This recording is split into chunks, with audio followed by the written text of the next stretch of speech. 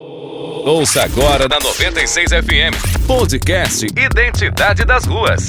Um super bate-papo com muita arte, cultura e projetos incríveis. Podcast Identidade das Ruas. Esse programa é financiado pela Lei de Incentivo à Cultura. E aí, galera, sejam todos muito bem-vindos. É um prazer estar recebendo vocês aqui para mais um Identidade das Ruas, né, Bruno? E vai ser sucesso, né? Mais uma noite Sucesso. Aqui com uma convidada super especial. Essa tem muita história para contar aqui também. O nosso Identidade das Ruas é sempre repleto de muitas novidades, coisas boas, assuntos interessantes. Então cola com a gente, que é sucesso sempre. A gente fica muito feliz de ter você sempre aqui com a gente, tá? É isso aí. Lembrando que o nosso programa é uma idealização da Fundação Cristiano Varela em parceria com a ONG Identidade das Ruas. E todo esse projeto incrível é patrocinado pela Lei de Incentivo à Cultura. E a intenção principal desse projeto é apresentar para você de casa, para você no carro, em qualquer lugar, as grandes potências do cenário artístico, cultural, falar do social e muitos assuntos importantes, né, Bruno? Com certeza. E essa convidada de hoje eu sou suspeitíssimo para falar, porque eu já tenho uma relação de admiração e carinho muito grande por ela. É uma pessoa que realmente, além de toda essa carga que ela traz de conhecimento, que realmente é uma pessoa que você fica 5 minutos com ela, você já é praticamente uma aula, é uma pessoa que realmente traz pautas mega necessárias hoje para a discussão e coisas que precisam realmente estar em alta na sociedade, né? Realmente a gente precisa estar com um olhar atento a essas causas. Então a gente tem o prazer de receber hoje aqui a professora, editora e ativista antirracista Iris Amâncio. Seja muito bem-vinda, Iris. Salva de palmas. Muito bom estar te recebendo aqui hoje. Pois é um prazer grande estar aqui. Você já foi muito mencionada aqui no nosso programa também, inclusive, Pois tá? Recebi Muito mensagens ontem, aí mandei mensagens agradecendo. Realmente um prazer muito grande poder estar aqui. E eu queria começar parabenizando vocês, viu? Porque é assim, maravilhosa essa iniciativa do Identidade das Ruas, né? Tem colaborado muito em termos de reflexão e, ao mesmo tempo, de visibilização, né? De muito do que é feito, do que é produzido na cidade e que não é visto, infelizmente. A gente agradece, ficamos muito felizes, Sim, né, Bruno? Com certeza, é um prazer imenso. A gente tem sempre tentado trazer aqui no nosso programa variedade e a gente tem conseguido trazer muitos assuntos interessantes, pautas interessantes. E ter você hoje aqui, eu tenho certeza que vai acrescentar muito, né? É sempre muito bom, né, Bruno? Certeza. E a gente fica muito feliz e queremos, lógico, conhecer um pouco da sua história. A gente queria conhecer muito, né? Vamos ver se o horário dá aqui. Vamos tentar encaixar tudo. Pois é. Conta pra gente como começou a sua história. Você, como educadora, onde que surgiu essa paixão? Quando? Como é que foi? Suas referências logo na infância. Pois é. Bom, eu sou a Iris Maria do Morro do Castelo, né? Filha da dona Iris, professora lá do Mário Macedo, né? E do seu Walter do ônibus, motorista do ônibus do coletivo muriense. E foi uma infância assim, muito gostosa, né? E sempre referenciada pelo contexto educacional, sabe? Em sentidos muito, muito diversos, mas sempre dialogados. Tá? Por que eu falo isso? Né? Porque eu sou de uma família negra, né? Então a gente tem essa perspectiva de aprendizado, de troca de saberes, né? De manter tradições, e isso é um tipo de educação que você recebe em casa.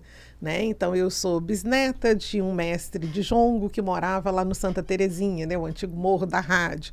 Eu sou bisneta de uma benzedeira. Então você vê que são saberes tradicionais, né? Que a gente acaba recebendo em casa nessa perspectiva das heranças culturais. Né? Meu avô, o João Ezequiel, era motorista de caminhão e ele, incrivelmente, era um negro que estudou até a 4ª série, o que era raro à época. Né? E ele gostava muito de ler. Então, eu cresci, né, com essa referência de livros do meu avô dentro de casa. Né? A minha avó, Maria, ela era a tal da, né, a categoria dona de casa, né? E ela não estudou, ela era analfabeta, né? Sabia simplesmente assinar o nome, né? E dessa ambiência, né, é que os filhos deles, entre eles a minha mãe, né? Eu sou Iris porque a minha mãe era Iris, né? E a minha mãe professora. Então, esse universo, sabe, tanto educacional e da referenciação ao livro, à leitura. Eu sou de uma época em que se lia muito jornal, né? Muriaé sempre foi, pelo menos até meados dos anos 90, né? Tinha o Rio de Janeiro como referência. Então, todos os jornais do Rio chegavam as nossas bancas, né? Banca da Dona Leia Manarino, principalmente, né? E a gente lia jornais, lia revistas, sabe? Então, essa ambiência toda, né? Por exemplo, meu pai era motorista de ônibus de baixíssima escolaridade e ele adorava ler jornais, entendeu? Então, sempre em casa. E acredito que muito, né, da nossa formação, né, tem como primeiro passo dentro de casa, a família. Sim. Você enxerga, sabe? Então, sua mãe como das suas grandes referências? Sua mãe professora? Sim, você se torna educadora também? Sim. Eu gosto muito de pensar, sabe, de lembrar, né, dessa história dela. Mas principalmente assim, o ser professora, sim, né, como profissão, sabe? Mas antes disso, essa interação de saberes. Por exemplo, a minha casa era uma casa que ficava cheia de gente. Por quê? Era uma época de álbum de figurinha. E a minha mãe fazia, entendeu? Ela colecionava figurinha. E tinha, nunca entendi isso, mas ela sempre tinha as figurinhas mais raras. Então, a meninada toda da vizinhança ali, Pracinha São Paulo, Rua São Pedro, entendeu? Então, eu cresci com todo mundo dentro da minha casa, trocando figurinha com a minha mãe, entendeu? Lendo revista O Cruzeiro, tá? Sua mãe dava aula para que classe? Para que faixa etária de idade? Era o antigo primário, né? Sim. Então, trabalhava a ideia de trabalhar com série, né? Sim. Trabalhava com os conteúdos básicos das 4 disciplinas, né? Fundamentais. E depois é que ela foi trabalhar na parte administrativa como vice-diretora, né? Lá no Mário Macedo, junto com a dona Maria José Napoleão. Muito bom, né, Bruno? E aí, tipo, dessa parte de infância, ter toda essa referência que você teve, né? Dos seus pais e da sua família no geral, né? Porque essa junção de saberes realmente é uma riqueza muito grande, que a gente falou aqui em alguns programas sobre a importância de valorizar isso, de trazer isso à tona, porque a gente tem visto muito disso se perder. O que você falou até da benzedeira, por exemplo, a gente via muito, eu já tive isso um pouco na infância, também tive contato, mas a gente não vê tanto mais, então a gente vai perdendo, igual a Folia de Reis, a gente vê a importância de trazer isso à tona com mais, para não perder essas riquezas culturais que a gente tem. Sim. E aí, tipo, partindo da sua infância para a adolescência, assim, como que a Iris foi se formando até chegar, assim, nessa potência que a gente tem o prazer de receber hoje, assim. As suas ideologias, toda essa construção, teve a sua base de família, mas o que mais que você traz de fora, assim, que foi te construindo como pessoa, assim? Sim, é a partir desse perfil familiar, porque era uma família muito integrada socialmente, entendeu?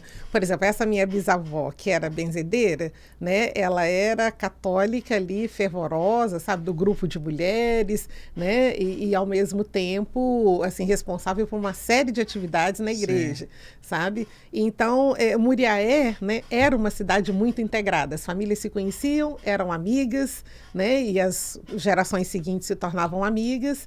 E então eu sou fruto desse tempo, né? Ao mesmo tempo, também sou fruto de uma época em que estudar muito era um valor, era um prazer, né? Então, as pessoas da minha geração e gerações anteriores à minha, né, não tinham o estudo como uma obrigação, entendeu? Mas prazer, aquela com um grande prazer, sabe, de ir à escola, porque era um lugar em que a gente encontrava, né, os colegas e se divertia e trocava e tinha uma interação muito gostosa com os professores também, sabe? E Muriaé tinha menos escolas, né? Porque na minha infância, isso foi anos 70, né? Então a gente também contava muito com a escola estadual, né? O que a gente chamava, vamos para o estadual, todo mundo estudava no estadual, né? Que é o Orlando de Lima Faria, né? E também com essa subdivisão que havia, né? Do Colégio das Meninas. Então aí a gente tinha o Colégio Santa Marcelina, né? E a nossa vida estudantil, né, começava no antigo, né, como a gente chamava, o Jardim de Infância, que é o Antônio Canedo, ali na Praça São Paulo, depois Silveira Brum, né, o Desembargador Canedo, né, e dali a gente ia para os outros colégios. Mas tudo isso junto, né, acabou resultando também, e aí já em adolescência, né, juventude, num olhar, né, um pouco mais apurado e crítico em termos de como é que eram processadas essas relações sociais. Sim. Né, e quais fatores na convivência, né, ainda que as famílias fossem amigas e tal, mas muitas situações eram possíveis a alguns colegas e não eram possíveis a nós. né? E aí vinham as questões. Por quê? Como assim? A gente quer entender, né? O fator que sempre vem de imediato, que em geral a sociedade considera mais, tem a ver com as questões de classe, né? O fator socioeconômico, né? Ah, não, ele estuda mais ou estuda ali porque a família tem dinheiro, e o outro não estuda porque a família não tem dinheiro para pagar. Então, essa é a relação mais imediata e mais óbvia, né? Mas se você for puxando o fio, né, você consegue questionar, mas por que aquela família tem dinheiro e a outra não tem dinheiro? Né? Que fatores históricos levaram a isso? E você começa a cruzar e chega inevitavelmente, por exemplo, às relações raciais, né?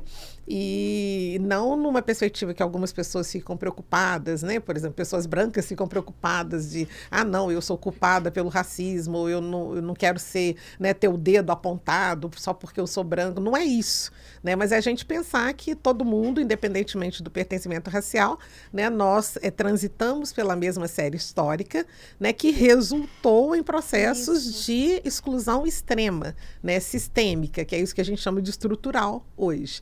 Eu acho que as pessoas se embasam muito no superficial, né? Sim. Aquele negócio, não, é por conta disso somente. Então, a gente tem que estudar a fundo, né? Entender o que acontece. É exatamente sobre isso que você falou, né? Quando a gente busca entender o que aconteceu, o que levou a isso, a gente se surpreende. Com certeza. E tem que tocar na ferida mesmo. A gente tem que falar, a gente tem que falar exatamente até mesmo para a gente entender o que é isso, né? Porque quanto menos você fala e quanto menos você falar em conjunto, é pior, né? Porque as coisas não sendo faladas, elas não são entendidas. E aí você vai levando, empurrando, o tempo passa, nada se resolve, depois explode, né? Tipo o problema de família, né? Aí explode e fica aquela confusão. É uma preocupação negativa. E aí, no caso das relações raciais, né, a gente vê, assim, por exemplo, eu durante muitos anos, eu era a única negra na minha turma, no Colégio Santa Marcelina, entendeu?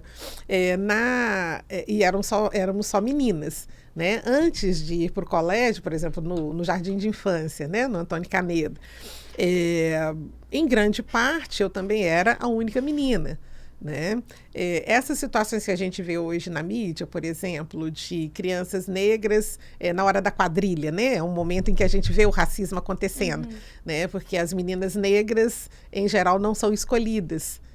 Ninguém quer formar par com a menina negra, né? Eu, felizmente, não vivi isso, sabe? Eu era muito amiguinha dos meus coleguinhas de jardim, então a gente gostava de dançar, né? Eu me encontro com eles hoje em dia, a gente se encontra na rua e a gente sempre se lembra, sabe? Eu falo, eu adorava dançar com você, dançar quadrilha com você, né? Então tinha alguma coisa saudável. Mas a gente vai crescendo, a gente vai vendo melhor, né? Então você vê isso em termos de relações afetivas, né? Em termos de namoro, né? Por que determinadas pessoas namoram mais ou namoram menos? Será que o fator racial interfere? Sim, eu vi algumas coisas a respeito da solidão da mulher negra, né? Sim. E assim, é muito interessante porque as pessoas falam assim, mas não tem isso. A pessoa se envolve porque quer, sentiu vontade, mas não é. Se parar para poder pensar, né?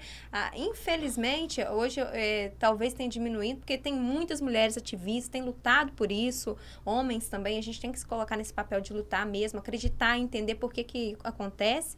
Né? Mas muitas vezes não acontece porque os homens, né, não têm interesse em se relacionar afetivamente, mostrar que está num relacionamento com a mulher negra e só quer para uso. É até estúpido dizer isso, que é uma coisa assim tosca e infelizmente, né, a gente não queria usar espaço para isso. Mas a gente tem que pensar, por que isso acontece? Sabe? A gente tem que discutir, trazer à tona. E é um negócio tão sério, se a gente não avaliar, é isso que a gente falou, explode. Sim. E explode a nossa cara, e a gente é responsável por isso. Se a gente não discute, se a gente não traz, se a gente não coloca em pauta, a gente está sendo conivente. Se a gente é conivente, a gente está errando igual. E uma experiência pessoal que eu tive dos meus melhores encontros de vida, assim, uma ex-namorada negra, que foi a pessoa que mais me abriu os olhos para eu me descobrir racista, construído, para quebrar várias coisas, porque a gente tem esse medo de se descobrir racista para se tornar realmente antirracista e desconstruir esses comportamentos, né? Eu era babaca, esse é o termo que eu me coloco, o suficiente para falar com ela que alguns problemas que ela trazia, não, mas isso eu acho que é muito mais do lado de vocês problematizam muito as coisas. Ela falou, Bruno, nunca mais repita essa frase, vai fazer o seguinte, vou te mandar alguns links para você assistir algumas coisas, ler alguns artigos e tal. Depois a gente volta a conversar. Eu voltei com a cara arrastando no chão, assim, de vergonha. Sim. Porque a gente ignora e tem muito disso. Se você não fala sobre, você imagina que aquilo não existe aquele problema.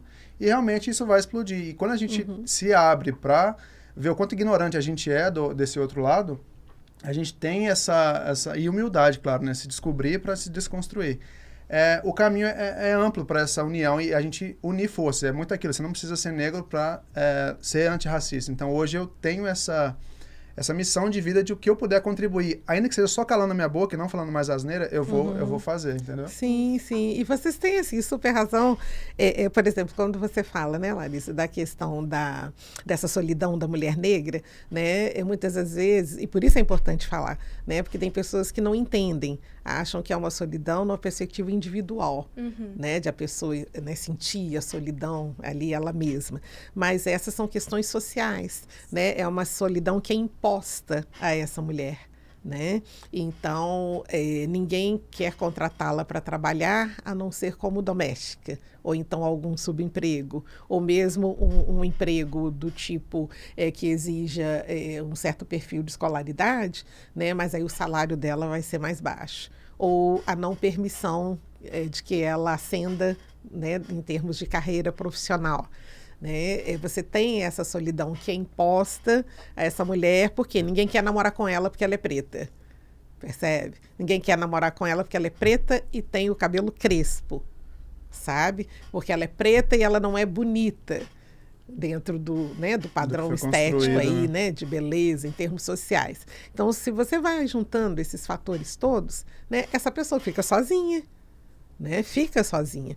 E nós tivemos, né, recentemente o falecimento da Glória Maria, daí a mídia começou a reproduzir, né, antigas entrevistas dela e tal, e há algumas que circularam muito na semana passada, né, em que ela falava exatamente, né, sobre essa questão, né, dessa mulher negra que não é desejada. Entendeu? Então, quando a sociedade mostra para você, assim, ó, escancaradamente que você não é desejado, entendeu? Isso necessariamente te deixa numa condição de solidão, né? E aí, se a pessoa vai falar, cai naquilo que você comentou, Bruno, né? A sociedade sempre, né? Já recebe como, não, isso é exagero, isso é mimimi, entendeu? Né? Porque não, esses negros ativistas todos só falam de racismo, não sabem falar de outra coisa, só racismo. Então, são questões que precisam também ser naturalizadas em termos de debate. Por isso é fundamental a gente conversar. Sim. Né? E principalmente conversar com pessoas que pensam diferente da gente. Né? Hoje em dia, as redes sociais têm trazido um procedimento que é o tal do cancelamento. Né? Então, a pessoa pensa diferente de você, ela se posiciona ali, né, firmemente, de maneira contrária ao que você disse. E aí você não debate, você não discute, você simplesmente cancela. Só acaba aqui. Muito fácil viver cancelando pessoas, entendeu? Porque aí a gente não exerce o que há de melhor para nós humanos, né? Que é essa dimensão do diálogo, a dimensão, por exemplo, do conflito, né? A gente saber conduzir, administrar um conflito, por pior que ele seja. Né? E são desafios que a gente vai, então, tendo que enfrentar, né? E a tecnologia traz tantos benefícios e, ao mesmo tempo, as ferramentas e a cultura tecnológica, né, acabam possibilitando também essas saídas, né, que comprometem a nossa própria dimensão humana, em termos ali do nosso potencial, né, de construção coletiva, de estarmos juntos, de convivermos, sabe?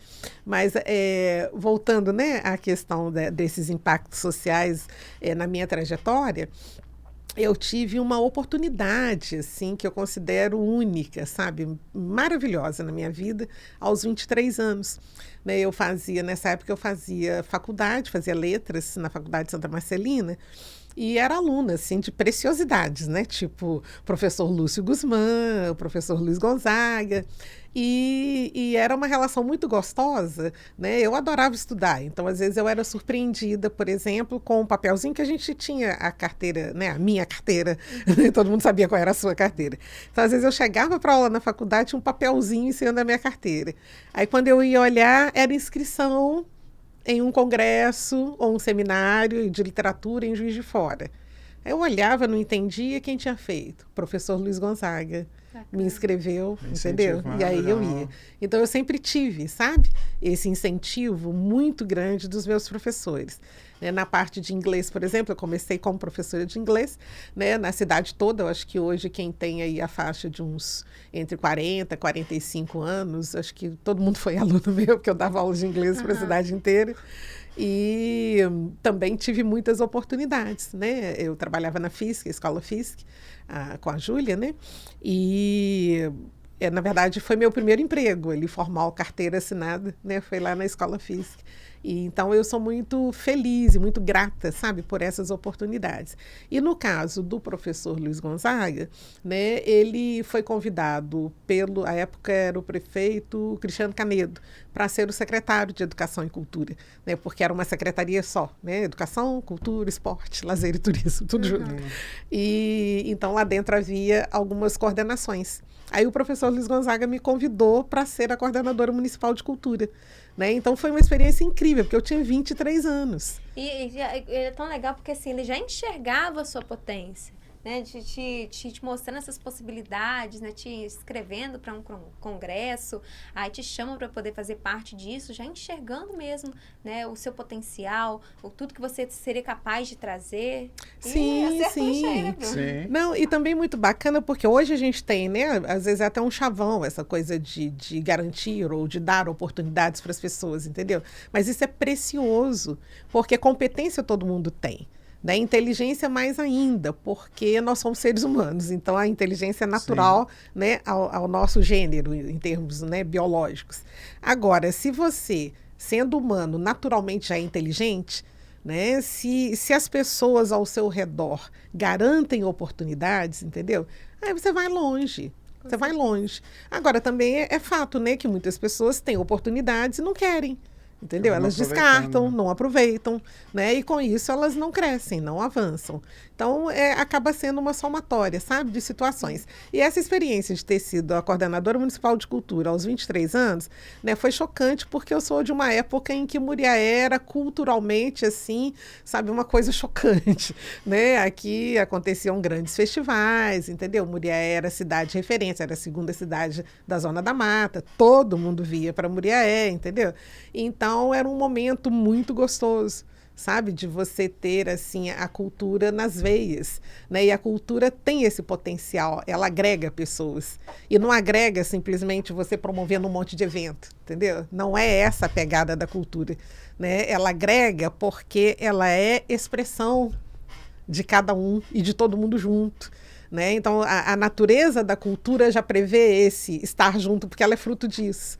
Né? Então, quando a gente tem uma certa individuação da cultura, das práticas culturais, né? Por exemplo, no formato que emergiu, né, dos anos final de 90, mais de 2000 para cá, que é o das leis de incentivo, né? São excelentes, elas de fato dão um suporte financeiro para que vários projetos aconteçam e tal, mas não pode ficar limitado a isso.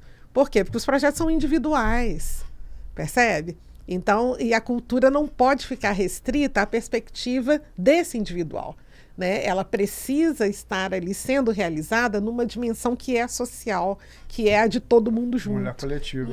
Então, muitas das vezes a gente vê esse desequilíbrio, né? Você tem um quantitativo enorme de projetos individuais, né? E muito pouco em termos do que é da ordem do coletivo. Sabe? Então, assim, de 23 a 25 anos, eu aprendi muito. Eu aprendi, eu costumo brincar, eu era uma gestora pública mirim, sabe, uma mocinha ali, né, fazendo a gestão da cultura do município. E foi uma época em que eu ia, né, ia para a zona rural, entendeu? Ia para todos os bairros, então conhecia todo mundo, né, e entendia essa dinâmica, sabe, essa lógica. E dali eu fiquei, assim, sabe, culturalmente muito rica. Né? Tanto que eu sou apaixonada por Muriaé. Né? Tem muita gente que me pergunta, mas Iris, você estudou fora, você já viajou para não sei quantos países, você conhece muita coisa, já é doutora, pós-doutora 2 vezes. O que você está fazendo em Muriaé? Aqui, né? Sabe? Mas eu realmente, assim, amo Muriaé, adoro a cidade, e eu enxergo isso que a gente estava falando agora há pouco, entendeu? Que Muriaé tem potencial. Né? Tem potencial, e esse potencial, durante um bom período, ficou latente.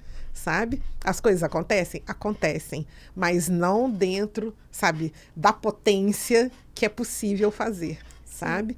E essa coisa de fazer e querer, né, que cresça, que todo mundo cresça, isso acabou ficando também como um perfil meu, isso é da minha natureza, sabe? Eu assumo.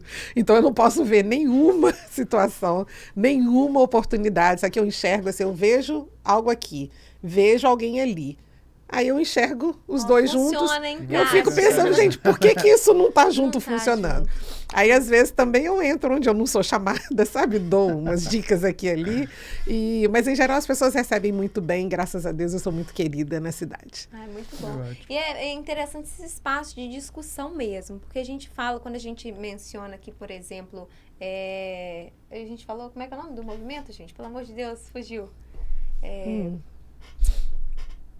Falando da Folia de Reis, Sim. Se a gente não participa, né? Se a gente não busca consumir, se a gente não busca assistir, participar, levar a família, isso se perde mesmo. Então é tão interessante que a gente continue, né, buscando isso. Você fala, e eu imagino, né, na época, como era muito maior. Porque eu lembro de criança, quando eu era criança, eu via muito mais isso. Isso tem se perdido. Então é interessante mesmo que a gente conheça, que a gente participe.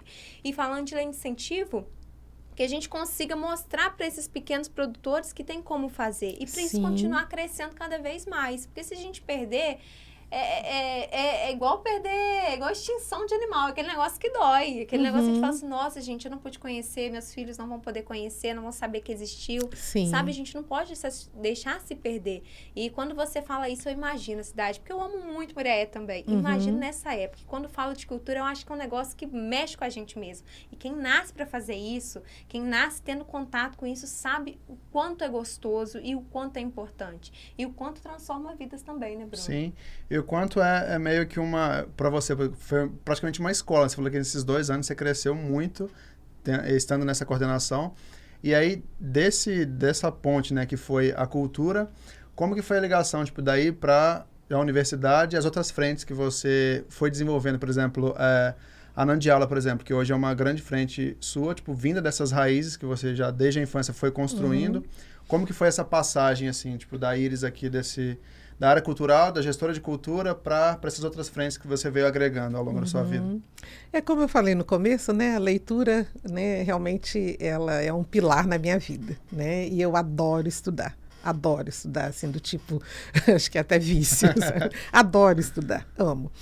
E depois que você vai para a universidade, né, você começa a ter pequenas experiências de pesquisa, né? Primeiro iniciação científica, e você vai sendo estimulada, e depois você quer fazer, né, se forma, quer fazer uma pós-graduação, seja lato sensu, né, ou a conhecida pós, né, informalmente, ou estrito sensu, aí você quer fazer mestrado, e quem gosta de estudar vai embora. Você quer fazer o mestrado, você quer fazer o doutorado e tal. Então, eu estava coordenadora municipal de cultura, né, e querendo continuar a estudar, porque eu me formei em 1988, e aí em 89 eu assumo esse cargo, né, e eu não conseguia ficar, como é que eu ia ficar sem estudar? Não tinha jeito, né, então eu assumi e tal, trabalhamos bastante, entendeu? E aí eu tive a oportunidade, porque eu já tinha feito a especialização também na Faculdade Santa Marcelina, e queria continuar, e continuar seria fazer mestrado que não tinha, e até hoje não tem, né, em Muriaé. Então, seria mesmo fora, né? E a vida é que decide a vida da gente, né? A vida é que manda. E nessa de que a vida é que manda, eu tive um momento amoroso, afetivo, e me casei, fui para Belo Horizonte, né? E na verdade, antes de me casar, eu já tinha sido aprovada para o mestrado na PUC Minas. Então, quando eu fui para lá, né, eu fui casada e já fazendo mestrado. O combo perfeito aí. Foi um combo, Então, eu fiquei 2 anos nessa coordenação, entendeu? E depois fui para Belo Horizonte. Mas realmente foi um momento assim, e é bacana, por exemplo, depois quando eu voltei em 2017, que meu pai estava muito doente, né? Então, minha família, a gente decidiu ficar mais próximo a ele. Foi muito bom, por exemplo, ver uma estrutura tipo Grande Hotel, né? Porque o projeto do Grande Hotel, né, nasceu naquele tempo, né, da nossa coordenação lá entendeu? Junto à secretaria com o professor Luiz Gonzaga. Né? Então, você vê, né, que as coisas continuaram, né? Cada gestor, né, vai fazendo a seu modo, né, mas não pode parar, né? Nada pode parar. E Belo Horizonte é Belo Horizonte, né? Então, em Minas, o que há de melhor em termos de educação, né, de leitura, de pesquisa, e com esse meu perfil, né, eu não precisava de mais nada na vida, porque eu estava numa cidade que tem uma UFMG, uma PUC Minas. Então, era genial, sabe? Genial. Eu aproveitei o máximo possível, vivi lá quase 30 anos. E nisso, né, fiz o mestrado na PUC Minas, depois fui fazer o doutorado na UFMG, e também seguindo, eu recebi, acho isso muito bacana, sabe? Por isso que eu, às vezes, dou umas dicas para algumas pessoas, entendeu? Porque eu recebi muitas dicas preciosas, tá? Então, eu tive professores, por exemplo, que me falaram, olha, quando você estiver desenhando a sua carreira acadêmica, cada grau você vai fazer numa universidade diferente. Tá? Por quê? Porque cada instituição tem a sua cultura própria, né? Tem os seus valores, o modo de fazer. Então, se você transita, ainda, né? Isso amplia a sua visão das coisas, né? Amplia a sua forma de pensar. Então, eu fiz isso. Aí eu fui fazer o doutorado na UFMG.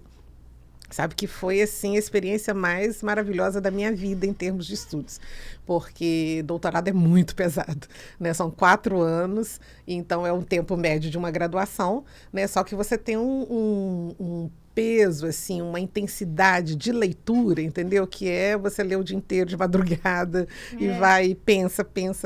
Então, isso é genial, sabe? Porque é uma forma de você ir desenvolvendo, né?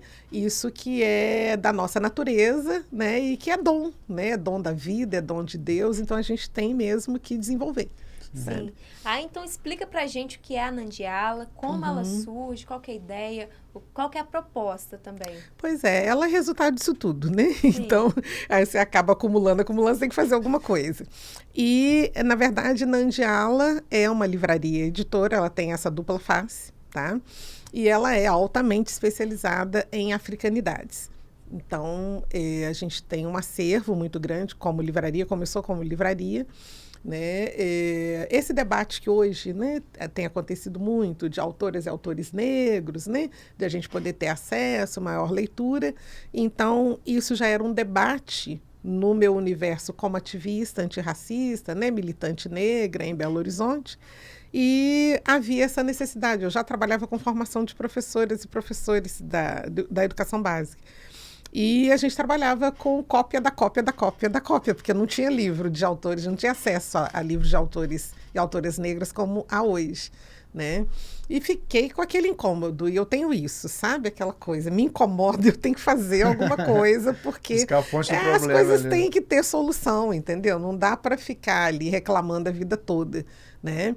Então, arregacei as mangas, e era uma fase em que a gente recebia catálogos das editoras, então eu passava noites e noites folheando, entendeu? Olhava página por página quais livros eram de alguma temática negra ou quais livros eram de autoras e autores negros. E aí fiz isso com catálogos de umas 30 editoras, e dali, então, tive um listão, tá, que gerou o acervo da Nandiala Livraria. Né? Ela começou, né, em Belo Horizonte, na Savassi, ali junto à Praça da Savassi, né? Depois a movimentação cultural de Belo Horizonte migrou para o centro, então nós fomos para o centro, e ela continua lá, né? Fica ali na Praça 7, onde tudo acontece em Belo Horizonte. E, ao mesmo tempo, logo no 2º ano de funcionamento, quer dizer, a gente começou em 2006, e aí, ao final de 2007, a gente começou a editar, sabe? E aí, esse foi, assim, um outro, sabe, momento da minha vida, porque a edição é algo, assim, sabe, muito, muito maravilhoso. Por quê? É como se fosse uma alquimia, né? Escrever já é uma alquimia, né? Porque você pega algo abstrato, né, da sua cabeça, então é de uma natureza, assim, fluida, abstrata, e você transforma aquilo em algo concreto, colocando no papel, né? Então, por isso eu, por exemplo, sou encantada com a alfabetização. É lindo a alfabetização, entendeu? Porque é essa alquimia, você muda o estado da coisa, a coisa de ideia, ela vira uma palavra no papel. Né? Isso é muito lindo, muito lindo. E na edição, né, então, além de ter lá, por exemplo, a pessoa tem uma ideia, né, escreveu o texto, e aquilo vai virar um livro, entendeu? E isso é chocante. Aí, quando eu olhei o que eu estava fazendo, eu falei, gente, quer dizer, é incrível também, entendeu? Por quê? Porque você gera livro que, muito mais do que ser apenas um produto, né, mercadológico, né, ele é um objeto que carrega saberes. Então, quanto mais a gente produzir livros, mais a gente faz com que os saberes circulem. Então, os saberes circulam dentro de casa, como a gente começou a conversar, né? Principalmente a partir das tradições familiares, que todo mundo tem as suas. E depois os saberes circulam, a gente vai crescendo, circulam na escola, né? Da escola você vai para a universidade e circulam no trabalho. E eles circulam principalmente por meio dos livros, porque a gente está numa sociedade letrada, né? Então, é genial. E aí, o que a gente tem que fazer? A gente tem que fazer com que as pessoas leiam.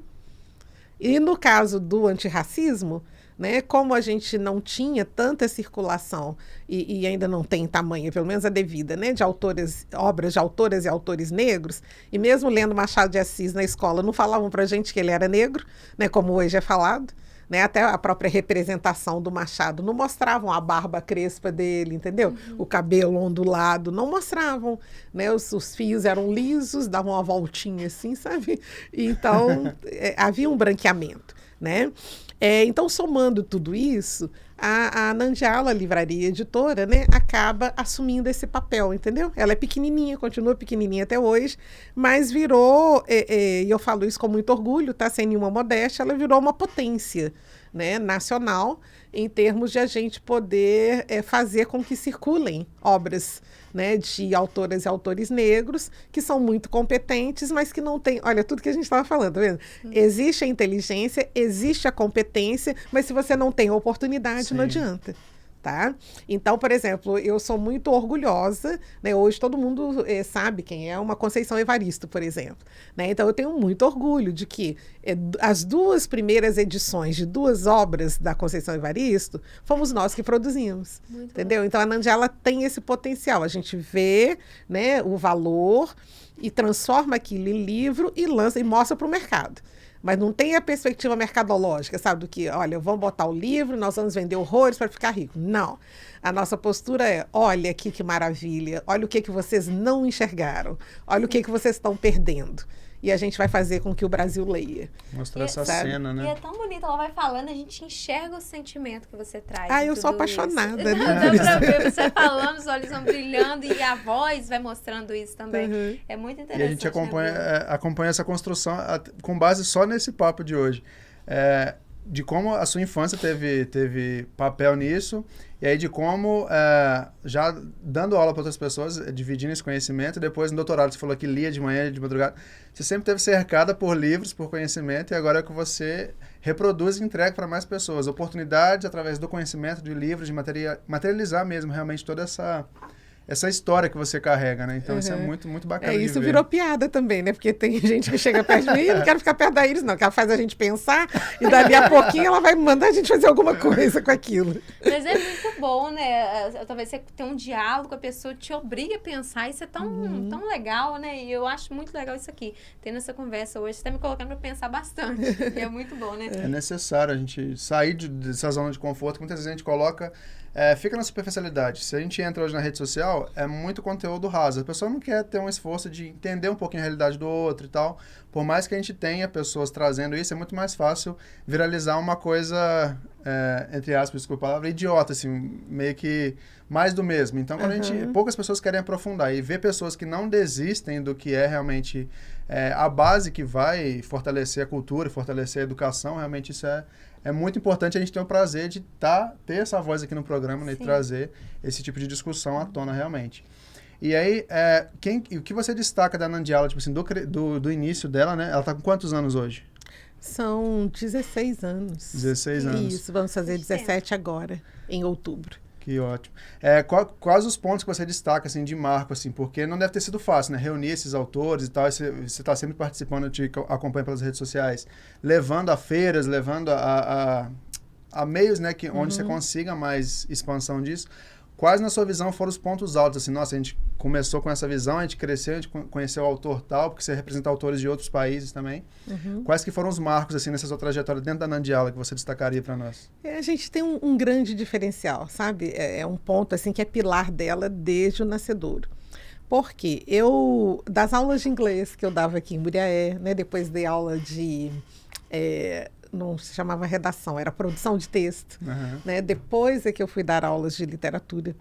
E eu me tornei uma especialista em literaturas produzidas nos países africanos de língua oficial portuguesa.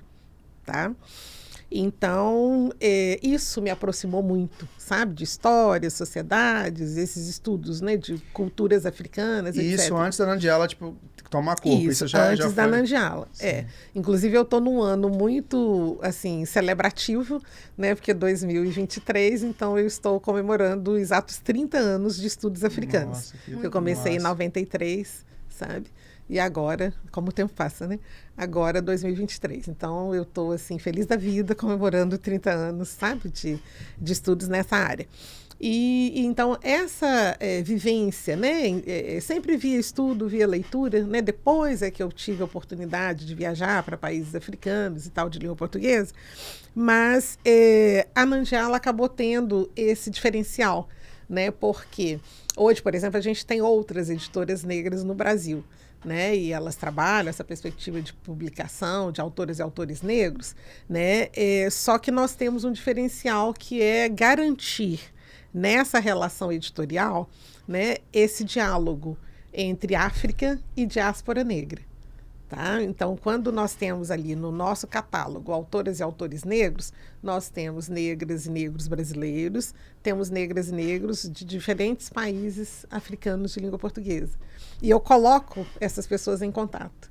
Tá? Então, não trabalho com lógica de disputa, entendeu? Então, por exemplo, algumas autoras, nossas autoras, né, elas se tornam amigas das autoras africanas, entendeu? Legal. Então, por exemplo, tem algo que é fruto disso. Né? Eu falei há pouco da Conceição Evaristo. Né? No ano passado, nós tivemos, 2021, o prêmio Camões. Né? E quem ganhou o prêmio Camões foi uma romancista moçambicana, Paulina Chiziane. Então, aqui no Brasil, né, a Nandiala, que é uma editora pequititinha, né, nós publicamos 5 livros, 5 obras da Paulina Chiziane, entendeu? E, graças ao nosso trabalho, a Paulina Chiziane e a Conceição Evaristo são amigas. Elas não se conheciam antes, entendeu? Bom. E nem publicam, assim, já publicam por outras editoras, entendeu? Mas isso não é isso que é o importante. Né? Começou com um outro objetivo mesmo. Sabe, o importante não é que eu seja a detentora do produto comercial, entendeu? Mas esse produto comercial precisa gerar vida, sabe? Porque a gente está falando de leitura, a gente está falando de livro, a gente está falando de saberes, a gente está falando de vida. Reverberar no máximo. E isso é o mais importante, sabe? E aí eu acho que também vem alguns desafios. Né? Porque quando a gente pensa em saberes, né, não obrigatoriamente a gente está falando de estudo, né? Porque tem pessoas que não gostam de estudar, entendeu? Ou às vezes não tem habilidade, né, para essa questão de estudos, porque cada um recebe, tem ou configura, né, assim, constrói dons diferentes, habilidades diferentes, o que não é um problema, porque a diversidade nunca é um problema, né? Ela é muito rica. Então, tem pessoas que têm preconceito ou tem pessoas que têm um entendimento equivocado. Elas acham que elas, ou até se punem, sabe? Ou têm autoestima baixa porque não estudaram, sabe? E não tem nada a ver uma coisa com a outra. Né? É importante, se você tem a oportunidade e gosta, vai estudar. Agora, se você tem a oportunidade de trabalhar e gosta de trabalhar, entendeu? Porque você não quer estudar porque não gosta de estudar, não é um problema. O fundamental é que nós somos naturalmente diferentes e essa diferença é a nossa riqueza, né? Infelizmente, hoje, a diferença é um problema. As pessoas brigam, né? Nós temos guerras ideológicas, entendeu? Né? Guerras de toda forma, simplesmente porque um fica brigando contra o outro, tentando impor a sua verdade ou a sua identidade como uma forma absoluta de ser. E diferente de você, entendeu? Nada é possível. Né? Então, a gente tem, assim, quando eu vejo essas coisas, eu fico triste, porque eu enxergo que a gente está jogando no lixo a nossa natural condição humana, entendeu? Sim. que é a de diversidade. Você é cofundadora do projeto Coletivo Preta Sou. Conta pra gente quando ele surge, qual que é o objetivo dele? Na verdade, eu tô aqui, você perguntou, eu olhei assim, tô lembrando que, na verdade, acho que tudo que eu faço é fruto desse desconforto, entendeu? É um desconforto que me deixa indignada, né? E essa indignação é que me leva a pensar, peraí, e aí os estudos me ajudam muito, sabe? Nessa questão de pensar estrategicamente, assim, porque tudo tem uma racionalidade e é preciso enxergar como é que cada situação funciona, né? E o que leva àquele contexto. E eu tenho uma grande amiga aqui em Muriaé, sabe, desde infância e tal, que é professora também, né? Que é a Rosane Silva, que é tradutora e intérprete de Libras e tal. E nós duas conversávamos, né, desde a adolescência e tal, e um dia nós nos encontramos indignadas na rua, entendeu?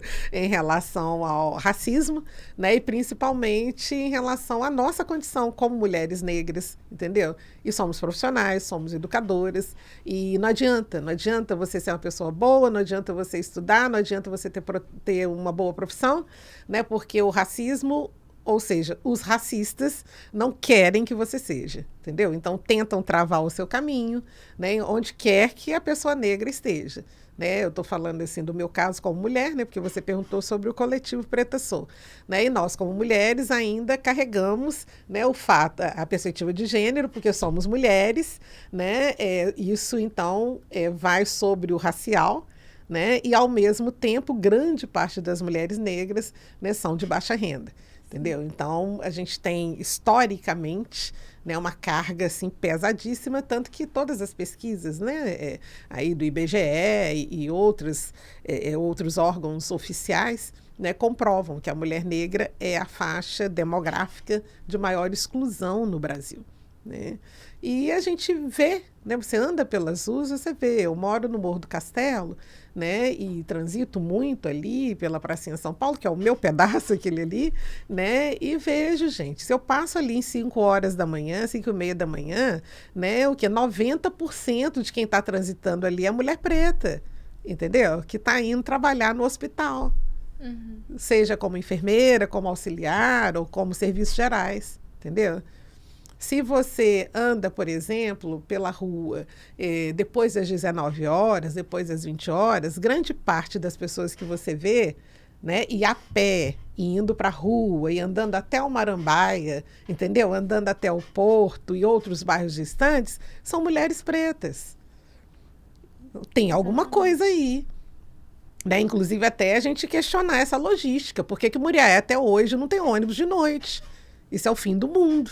A Constituição manda garantir transporte público para todo mundo. Não é meia dúzia de ônibus aqui e ali, entendeu? Né? De vez em quando, em determinados horários que atendam ao comércio. Não. Nós temos que pensar nas pessoas, nós temos que pensar em vida. E quando a gente interage com os diversos saberes, a gente consegue enxergar, entendeu? Que as outras pessoas que são diferentes de nós, elas têm necessidades específicas, diferentes das nossas. Sim, a gente tem que se colocar no lugar do outro. Sim, sempre. Sim. E aí, quer dizer, se você não lê, eu não estou falando de estudar, eu estou falando de ler, entendeu? Se você não lê, e ler também não obrigatoriamente o que está no papel. Você precisa ler a vida, você precisa ler o que as pessoas falam, você precisa ler o que as pessoas demonstram pelo olhar. Leitura tem esse sentido amplo. E se você não tem um olhar para essas questões, entendeu? Como é que você vai dinamizar a vida social? Então, a gente tem lacunas absurdas que não precisariam existir em Muriaé, porque elas são básicas demais. E muitas delas impactam sobre vidas de mulheres negras. Então, né, numa conversa de rua, de esquina com a Rosane Silva, aí nós duas ali indignadas, vamos fazer alguma coisa. É muito importante. É muito bom ficar indignado, mas não é ficar indignado para sair quebrando tudo, não, tá? É indignação para poder, para construir e gerar impacto social. Isso. Porque não tem sentido, se nós, como seres humanos, somos seres sociais, não tem sentido a gente viver sem a gente gerar impacto social. Sim. A gente não pode perder essa lógica, sabe, da vida em comum, E, infelizmente, é isso que está perdido, né? As pessoas priorizam, porque essa, infelizmente, é a ideologia fundamental do mundo contemporâneo, né? Que é poder, né? É a riqueza, é você ter propriedade, e quanto mais você tem, né? Mais você se sente poderoso. E porque a sociedade, né, respeita e morre de medo de quem tem poder e muito dinheiro. Mas não é um problema ter poder e muito dinheiro, entendeu? O problema não é esse. O problema está em posicionamento. O problema está em atitude, né? O problema está em você achar que dinheiro é Deus, entendeu? E você não ter sensibilidade para olhar para outras pessoas que são tão humanas quanto você. Então, isso é chocante, sabe? E aí eu continuo acreditando, né? Eu sou muito sonhadora e tem aquelas coisas de... Eu sou anos 60, né, amor? Então, a gente tem essa coisa de Beatles, entendeu? Com, né, umas coisas aí de Geraldo Vandré, sabe? E aí você vai como mineira, né? E Milton Nascimento e outros tantos. Então, a gente acaba, né, sonhando muito, enxergando o que é possível, porque sonhar é bom, né? Porque a gente enxerga que as coisas são possíveis, né? E eu gosto muito do Milton Nascimento, e tem uma das passagens dele, né, em que ele canta que os sonhos não envelhecem, né? E isso sempre marcou a minha vida, desde a adolescência, sabe? Os sonhos não envelhecem. Então, a gente precisa executar, né? Precisa fazer acontecer, sabe? E quando a gente faz acontecer, é bom para todo mundo, não é bom só para gente. Porque sonho que é bom só para gente não é sonho, entendeu? Isso é egoísmo. Agora, um sonho mesmo, ele tem uma dimensão plena, né, de comum, de afetar pessoas, afetar vidas. Toda hora eu bato no... de afetar vidas. É vontade de falar, de se expressar. É porque eu gesticulo muito, né? Então acabo esbarrando aqui. Mas é isso, sabe? A gente tem que acreditar, precisa acreditar. Então você se encontrou com a Rosane e decidiram montar. Aí decidimos, vamos fazer alguma coisa, vamos juntar a mulherada preta da cidade, entendeu? Vai começando, vamos conversar, vamos encontrar na praça de alimentação do Mar Shopping, vamos nos encontrar aqui e ali, até que formamos o grupo que é o Coletivo Preta Soul, e aproveito para pedir às pessoas que nos sigam pelo Instagram, tá? Comecem a curtir as nossas postagens, @Coletivo Preta Soul. Muito bom. E é tão interessante esse espaço também de troca, né? Porque eu acho que você acaba se tornando uma grande referência para outras mulheres pretas também. Infelizmente, eu vejo isso muito na minha infância, sabe? Eu tinha muitas amigas que não se identificavam como meninas negras, não se descobriram. Até naquele momento, como meninas negras. E só bem depois que foram se entender, sabe? E eu acho que talvez por faltar mesmo essa referência, né? Alguém para se espelhar. Talvez, hoje a gente fala da televisão, né? A gente sempre gosta de discutir isso. As mídias trazendo mais isso, eu acho muito importante, porque assim, a gente cria novas potências a partir daí, né? Novas meninas, meninos que se enxerguem, né, no que está passando, até para tirar essa ideia pobre, né, de que as pessoas negras só servem para ocupar lugar de subalterno, de empregada. Tem que ocupar o que quiser ocupar, porque tem que ter direito, sabe? O direito era para existir, né? Só que, assim, infelizmente, tem muitas coisas que acontecem para puxar para trás mesmo. Sim. Então, a gente tem que discutir, usar esses espaços, a mídia tem que favorecer. E eu acho que a gente está caminhando para um lugar bem melhor, né? Bem sucedido. Mas tem um ponto que precisa acompanhar isso tudo que você falou, sabe? Realmente a mídia tem esse poder genial que você disse, mas a circulação dos saberes precisa acompanhar isso. Sim. A escola precisa acompanhar, perfeito. Tá? Por que várias das suas colegas, né, tinham a autoestima baixa porque eram negras? Porque na escola elas não estudaram nada sobre África. A única coisa que aparecia sobre negros era lá no 13 de maio, né, em que, infelizmente, até hoje, uns professores ficam lá, vestem os meninos de africanos escravizados, né, para poder fazer uma dramatização, uma coisinha. E lá em novembro, né, porque a lei obriga, só porque a lei obriga, aí em novembro falam um pouquinho de Zumbi, manda fazer uma pesquisa lá de influência de palavra africana na língua portuguesa ou alimentação, e fica nisso, entendeu? Falta muito, É, realmente. e nós temos uma lei de 2003. Olha só, a lei está fazendo 20 anos este ano. Tá? Ela é de 9 de janeiro de 2003, que obriga o ensino dos conteúdos de história e culturas africanas e afro-brasileiras. Então, se essa lei estiver sendo cumprida na educação, entendeu? Toda geração, quer dizer, a gente já tem aqui 2 gerações, né, praticamente, de 2003 para cá, tá?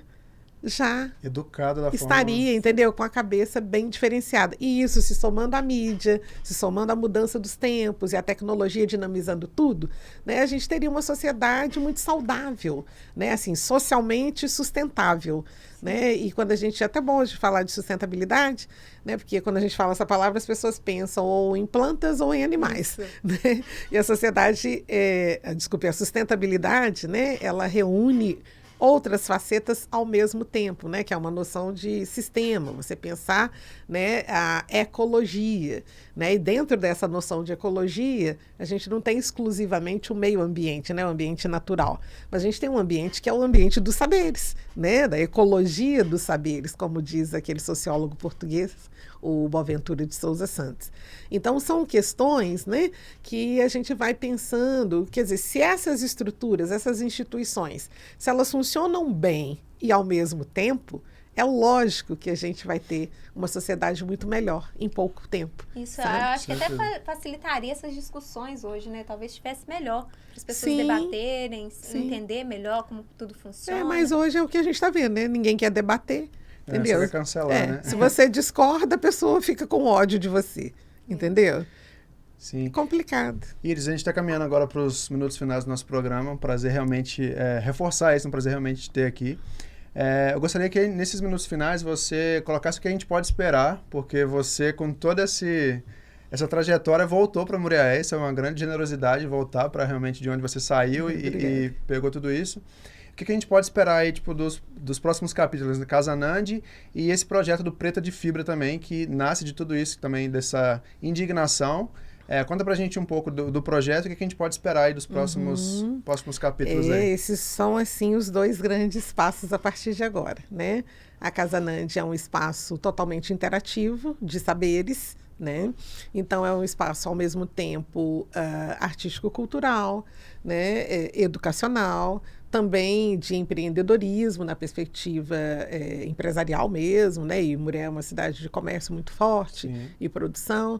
E a Casa Nandi nasce, né, dentro de um conceito assim, internacional mesmo, dialogado com políticas da ONU, né? E ao mesmo tempo com tendências, né, que vêm aí dos Estados Unidos. Tem um formato que é chamado hub, né? Que quando você tem um centro irradiador, né, ele recebe o que há de propostas e dali ele ajuda, né, aquilo a se estruturar e irradia. Né? Então, a Casa Nandi, na prática, é esse espaço em que as pessoas podem chegar com seus projetos, ou com as suas ideias, ou com os seus sonhos, do tipo, olha, eu estava pensando em fazer X, mas eu não sei como começar. Tá? Então, é um espaço que acolhe, né, e colabora em termos de pensar como chegar lá, como fazer a coisa acontecer, né? E dentro também de uma perspectiva que é essa que eu acredito muito, das coisas feitas em comuna, no sentido de comunidade, né? Então é também um espaço colaborativo. E já começa mesmo assim, sabe? Só existe porque é colaborativo, né? Porque é uma casa, é a primeira casa ali na Avenida Eudóxia Canedo, né? A casa 2. E esse formato, né, Casa Nandi, só existe porque houve a primeira colaboração, que é da proprietária da casa e da sua família, né, que é a dona Eudóxia Canedo. Então, ela colabora, né, ela cede o espaço colaborativamente para que a gente possa realizar. Então, a gente tem várias, esse é só um exemplo, né? A gente tem várias pessoas na cidade que querem fazer, entendeu? É muita gente que quer. Então, se a gente somar os nossos quereres, entendeu? A gente consegue fazer coisa muito boa. Sim. Tá? E ali a gente tem um espaço multiuso, né, que é a parte da frente, e da metade para o fundo, aí o espaço dos sonhos, com livros e mais livros. Né? Ali a gente tem uma estrutura que está sendo montada, né, se Deus quiser, até março já vai estar pronta, que é uma livraria. Né? Lá em 1991, junto com 2 amigas, né, a Júlia, lá da Física, que eu já tinha falado, e uma outra professora de inglês, a Fátima Pontes, nós abrimos a primeira livraria da cidade, em 1991, tá vendo? Mais de 30 anos, ali no Top Center, Livraria Veredas, tá? Depois, né, um novo sócio que foi o João, que é o do Grupo Veredas. Sim. Tá? O Grupo Veredas é por causa da nossa Livraria Veredas. E foi um momento lindo, porque Muriaé não tinha livraria, a livraria mais próxima para o lado de lá era Juiz de Fora, para o lado de cá era Campos. E aí eu volto praticamente 30 anos depois e Muriaé continua sem uma livraria. Né? Tem livrarias específicas, né? Livrarias religiosas, né? Tanto católicas quanto evangélicas, né? Com seus leitores, mas a gente não tem uma livraria geral. Né? Tem papelaria, que tem estante, né? Vitrine com livros, mas nós não temos uma livraria. Então é chocante quando eu enxergo que as pessoas aqui em Muriaé, que não tiveram oportunidade de sair daqui e circular por grandes centros, ou seja, pessoas que têm até 30, 35 anos, elas nunca entraram numa livraria. Isso é chocante, tá? Então agora a gente, constrói esse espaço também para eliminar esse problema, porque eu tenho que fazer alguma coisa. E todo mundo tem que fazer alguma coisa. Todo mundo tem que fazer alguma coisa, entendeu? A gente tem que se somar. Né? E, além disso, há um projeto que, assim, ele teve uma origem muito pessoal, né? Que é o Preta de Fibra.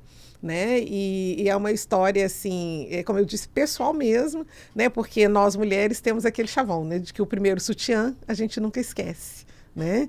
E no meu caso específico, meu primeiro sutiã foi um presente que eu ganhei da minha avó, Maria, e meu sutiã era rosinha, tá? 28 anos depois, não, 20 e poucos anos depois, aí eu tenho a minha filha, Alice, e dou a ela o primeiro sutiã, que era também um sutiã rosinha. E Alice, jovem, né, e a gente conversando sobre várias questões femininas, a gente começou, aí vem o desconforto, entendeu? A ter muito desconforto. Por quê? Porque a gente não encontrava sutiã da cor da nossa pele. Tá? Não existe. Você pode ter um ou outro raro por acaso, entendeu? Mas nós, mulheres negras, não podemos ir a lojas de lingerie, lojas de departamento e comprar um sutiã para uma coisa assim, corriqueira de qualquer mulher. Em termos de moda, por exemplo, design, que é você ter o seu nude, né? Que é esse conceito norte-americano de você usar lingerie, né? Ali muito próxima da cor da sua pele, entendeu? Ou no caso de transparências, nós não podemos, porque não tem no mercado. E aí o desconforto, a inquietação. Se não tem, por que não tem? A gente tem que fazer ter. Né? E como é que você faz ter?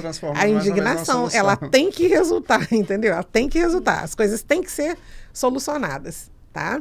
Porque também eu cresci, né, numa família de muita fé e ouvindo que para Deus nada é impossível, né? E como eu tenho muita fé, então as coisas também acontecem, né? E iniciativa sempre com parceria, né? Muriaé é polo da moda, entendeu? O projeto foi acolhido, né, pela confecção Fruto Proibido, né, que é considerada a melhor da cidade, né? Então você vai somando esforços, parcerias, tá vendo? Essa coisa do comum, você trabalhar junto, você construir junto, né? Você apresenta a sua necessidade, outra pessoa tem como fazer, por que não fazer?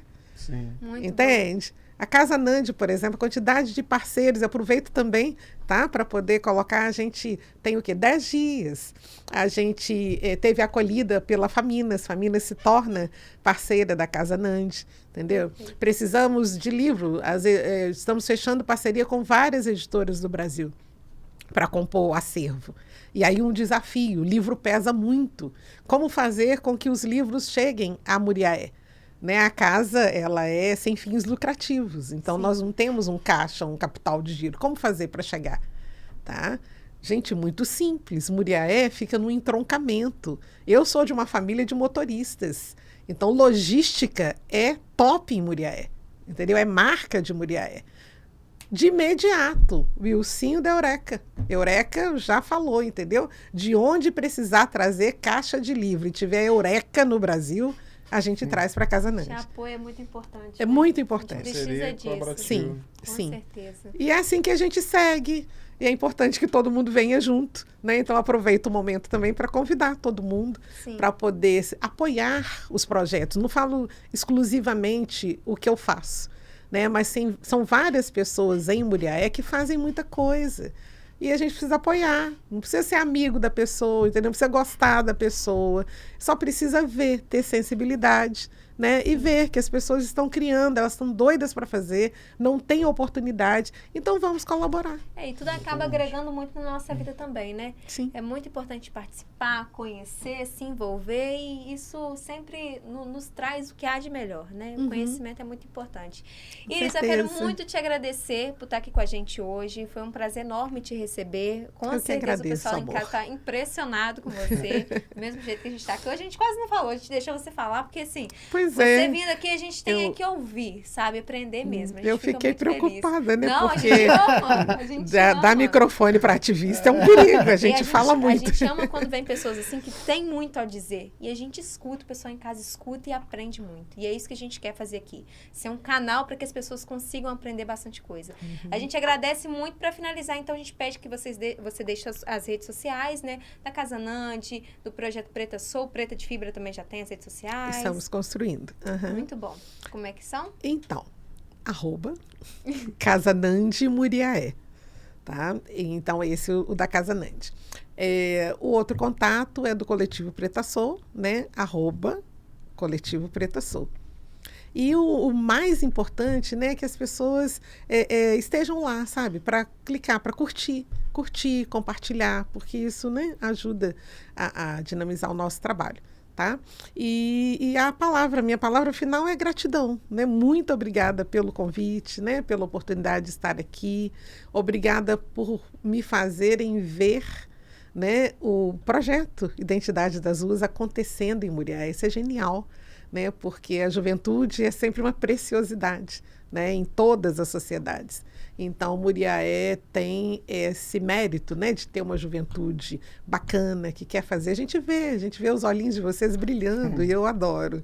Tá? Muito obrigada mesmo. A gente agradece. Gratidão da nossa parte também, de ter te recebido, tirando esse tempinho para vir trocar essa ideia com a gente aqui. E Larissa, como você ficou um tempinho afastado do nosso programa, o encerramento hoje é seu. Vai lá, faça as honras. Quero agradecer você por mais um programa, Tamo agradecer junto. a Iris, agradecer querida. a produção que está sempre aqui com a gente. E quero agradecer a você de casa por estar sempre aqui junto com a gente, acreditando naquilo que a gente faz, consumindo arte, consumam muita arte, principalmente arte local. Gente, um super beijo. Até os próximos programas. E lembrando que esse programa também fica salvo lá no YouTube, tá? Lembra de seguir a gente também no Instagram, @Identidade das Ruas. Lá vocês vão ficar por dentro de todos os bastidores e muitas novidades também. Até a próxima. Até a próxima. Tchau, tchau. Você ouviu Podcast Identidade das Ruas. Arte, cultura e comunidade. Esse programa é financiado pela Lei de Incentivo à Cultura.